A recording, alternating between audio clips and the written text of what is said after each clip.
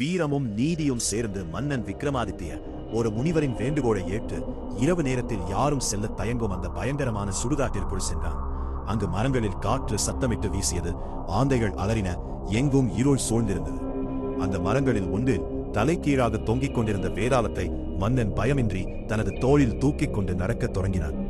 வழக்கம்போல் வேதாளம் சிரித்துக் கொண்டு ஒரு கதையை ஆரம்பித்தது. ஒரு செழிப்பான நாட்டில் மிக அழகும் அறிவும் கொண்ட ஒரு இளவரசி வாழ்ந்து வந்தாள். அவரது நற்பண்புகளால் ஈர்க்கப்பட்டு 3 இளவரசர்கள் அவளை மனமாற காதலித்தார்கள். ஆனால் விதி கொடியது. ஒரு நாள் அந்த இளவரசி திடீரென உயிரிழந்தாள்.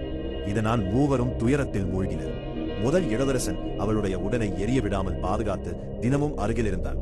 இரண்டாவது இளவரசன் அவளுடைய எலும்புகளை எடுத்துக்கொண்டு புனிதமாக வைத்துக்கொண்டு ஊராக சுற்றி அவளது நினைவில் வாழ்ந்தான். மூன்றாவது இளவரசன் எப்படியாவது அவளை மீண்டும் உயிருடன் கொண்டு வர வேண்டும் என்ற உறுதியுடன் கடினமாக தவம் செய்து ஒரு மந்திரத்தை கற்றுக்கொண்டான். பல நாட்களின் பின்னர் அந்த மூவரும் மீண்டும் ஒன்று சேர்ந்தனர்.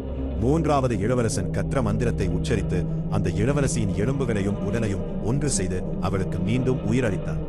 உயிர் திரும்பிய இளவரசி 3 பேரும் நின்றார்கள். இப்போது யாருக்கு அவளை திருமணம் செய்ய உரிமை என்பதை பெரிய கேள்வியாக மாறியது. அப்போது வேதாளம் சவாலாக கேட்டது, மன்னனே, நீ அறிவாளி. இந்த மூவரில் யார் அவளை திருமணம் செய்ய தகுதியானவன்?